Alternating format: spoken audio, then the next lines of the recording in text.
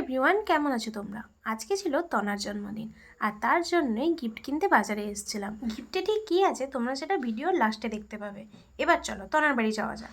এখানে আসার পর দিদি জামা কাপড় ছেড়ে আলু ভাজতে বসে গেছে। এখানে কাকিমা আর বিনুদিও রান্না করতে বসে গেছে। চলো দেখি কী রান্না করছে।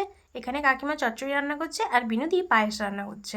বিনুদিকে আমি বলছিলাম এই মুখ দেখাও, ক্যামেরার দিকে তাকাও। তাকাও না, ও কাকিমা তাকাও। কাকিমা তাকাবে, আমি জানি। কাকিমা তাকাও তো, ভালো মেয়ের মতো।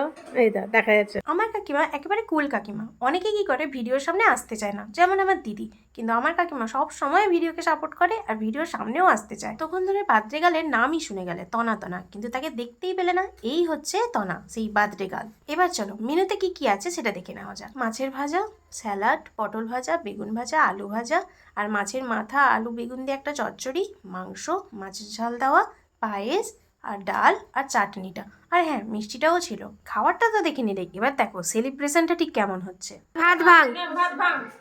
Happy birthday to you, happy birthday dear Tona, happy birthday two.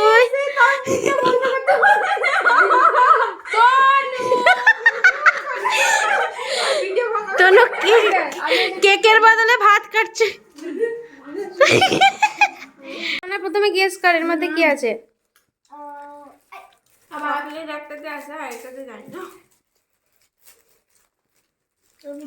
আচ্ছা দেখা যাক তাহলে কি আছে। খোল। এর ওপরে কালো আছে কিন্তু এটা কালো নয়, এটাতে green colour. Thank you so much. Welcome welcome.